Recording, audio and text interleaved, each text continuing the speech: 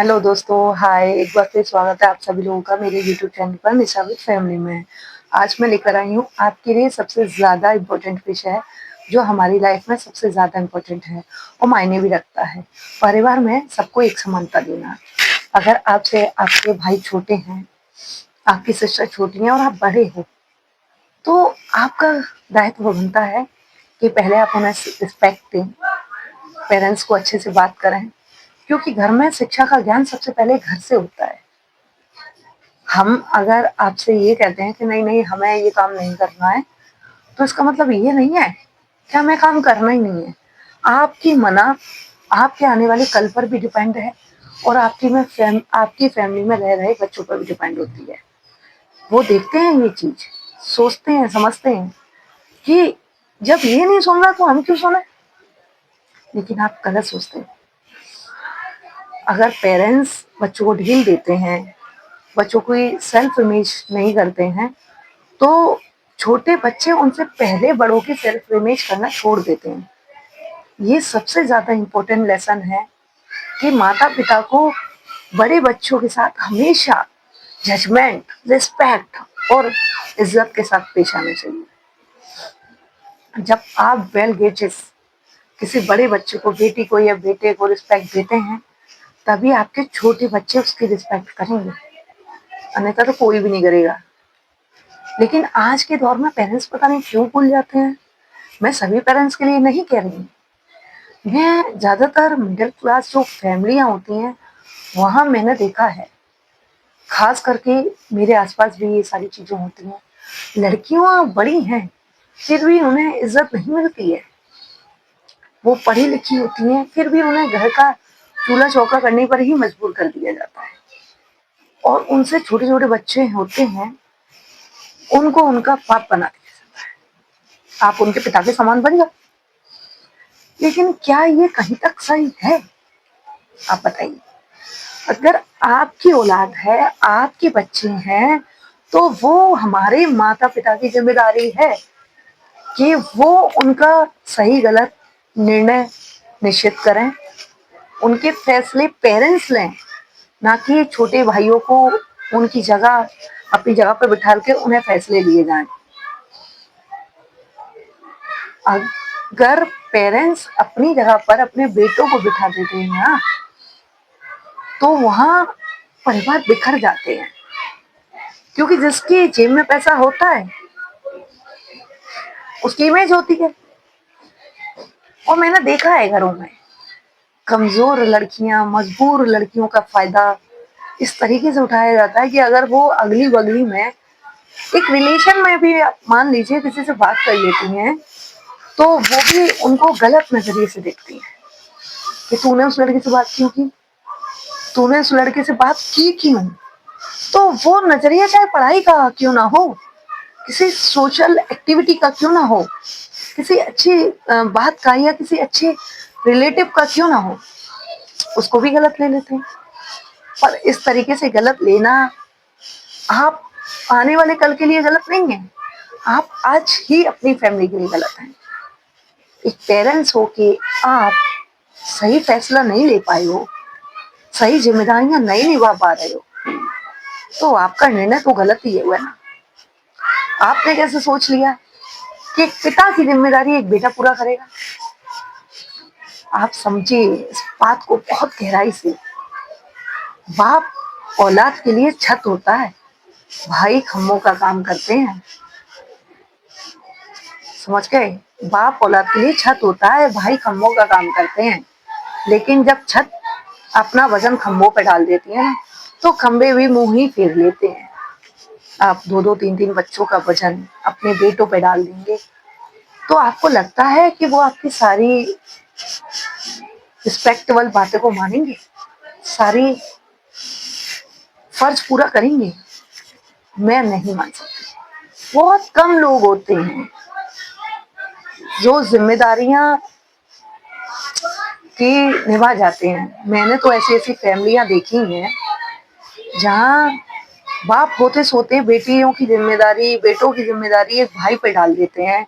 एक घर के बड़े बेटे को मुखिया बना दिया जाता है, वो सबके फैसले लेता है, इसके साथ तुझे क्या करना है, इसका तुझे क्या करना है। भाई क्यों होता है ऐसा? क्या उन 2 या 3-4 बच्चों का जीने का हक नहीं है? पेरेंट्स जब होते हैं ना, तो बच्चे स्वर्ग महसूस करते हैं इस जमीन पर, क्योंकि पिता के लिए बेटे और बेटी के लिए बाप बहुत गर्व की चीज है। माँ के लिए भरोसा और फैज रास्ता है। आप खुद सोचिए कि जब भरोसा होता है माँ बाप का बेटियों पर, तो उन्हें कितना दुख होता होगा कि एक जिम्मेदारी को आपने हमारे भाई पर डाल दिया। वो देखते हैं, वो बेचारी यही सोच के रह जाती है कि हमें क्या चाहिए क्या नहीं चाहिए, क्योंकि परिवार में बुजुर्ग माता पिता और लाचार जिंदगी को देखते, गरीबी में लाचारी का फायदा लोग बहुत जल्दी उठाते हैं। आप ये सोच के ना रहिए कि आपकी लाचारी का फायदा नहीं उठाया जा रहा है। गरीबी में लाचारी का लोग बहुत फायदा उठाते हैं। पर मेरी इस वीडियो को देख रहे लोगों से यही दरख्वास्त है, आप बाप बने हो और बाप बनने का हक ऊपर वाला बहुत नसीबों से ढलता है। आपकी बहुत सारे कर्म होते हैं, तब दुनिया में बाप बनने का मौका मिलता है, पिता बनने का मौका मिलता है। और आप अपने कर्मों को छोड़कर अपने ही कर्म की स्थिति से भाग जाते हैं, किसी और के माथे मर के। तो इस तरीके से जिंदगी नहीं चलती है। पेशेंस जो होते हैं, पेशेंस जो होते हैं वो बिना कहे सारी चीजें समझ लेते हैं। आप इस चीज को गलत तरीके से दूसरों पर डिपेंड ना करें। आप सोचो, आप सोचो इस बात को कि आपने एक बेटी को जन्म दिया है, उसके कितने अरमान होते हैं एक पिता से। कभी कभी इस जिंदगी में चलते चलते लोगों को उल्टे सीधे रास्ते भी आ जाते हैं, गलत फैसले भी ले लेते हैं बच्चे। तो उनकी जिम्मेदारियां ये नहीं होती कि गलत फैसलों पर उनको सजा दें और उनकी हंसी खुशी को रोक दें। नहीं, अरे गलतियां सबसे हो जाती हैं। पर मेरी आप सब लोगों से सिर्फ और सिर्फ यही रिस्पेक्ट है, यही दरख्वास्त है, अगर आप माता पिता बने हो तो अपने फर्ज का निर्णय खुद लीजिए। अपनी औलाद की जिम्मेदारी किसी और औलाद के माथे मत मरिए, क्योंकि बेटा बनने का सौभाग्य अगर एक बार मिलता है ना, तो बाप बनने की कुछ नसीबी भी जिंदगी में एक ही बार मिलती है। और अगर आप अपने ही कर्मों से मुंह मोड़ लेते हैं, अपने ही जिम्मेदारियों से मुंह फेर लेते हैं, तो फिर औलाद भी ये सोचती है, यार जिस बाप ने हमारे लिए कुछ नहीं किया तो हम उसके लिए क्यों करें। बाप से 4 बच्चों को 4 तरीके की उम्मीद होती है, इसलिए आपको अपनी जिम्मेदारियां तब तक नहीं छोड़नी है, अपना हक, अपनी कठोरता, अपने फैसले लेने का खुद का हक, आपके निर्णय लेने का खुद का हक सबसे ज्यादा एक पिता को होता है, उसके बाद एक माता को होता है।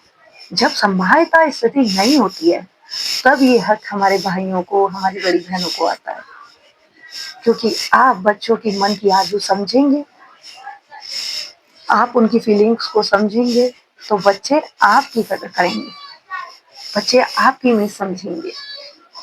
क्योंकि मैंने एक चीज बड़ी गौर से देखी है, दिल जब बोलता है माता पिता से खुल के बोलता है।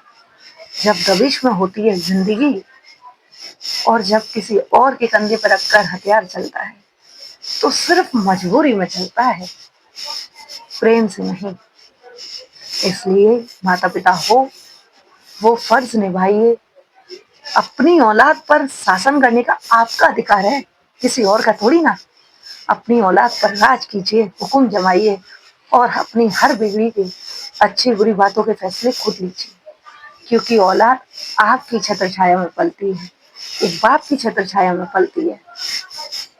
माता पिता की औलाद माता पिता की छत्र छाया में पलती है, एक माता पिता की छत के नीचे साए में रहते हैं। किसी और के कांधे पर बोझ बनकर जीने से अच्छा तो लोग यही सोच लेते हैं कि ना होते तो ही बेटर थे। इसलिए फैसले खुद लीजिए, माता पिता का ध्यान रखिए, और माता पिता से ज्यादातर आरजू है कि अपने फैसले खुद लीजिए, चाहे गरीबी हो या अमीरी। आप अपनी बेटियों को एक साड़ी में विदा कीजिए, अपने बेटों को सम्मेलन में शादी कर लाइए, लेकिन आप अपने फैसले खुद लीजिए। आपके अपने फैसले आपके परिवार को ग्रोथ देते हैं, शिक्षा देते हैं, नई रणनीतियां देते हैं, और यही सबसे बड़ा सम्मान और ज्ञान होता है। मेरा सिर्फ यही कहना था आप लोग सब लोगों से कि अपनी जिम्मेदारियां खुद उठाएं, परिवार में बच्चों का विशेष ध्यान रखें, और उनकी गलती शल्तियों को देखें, उन्हें सही निर्णय दें और सही फैसले दें। पर जब भी खुश रहें, अपने सारे फैसले खुद लें। इसी से परिवार में सबकी भलाई है और खुशी है। चलिए, यहीं आज की वीडियो समाप्त करते हैं, फिर मिलते हैं कल एक यूट्यूब पर नई वीडियो के साथ। Thank you so much.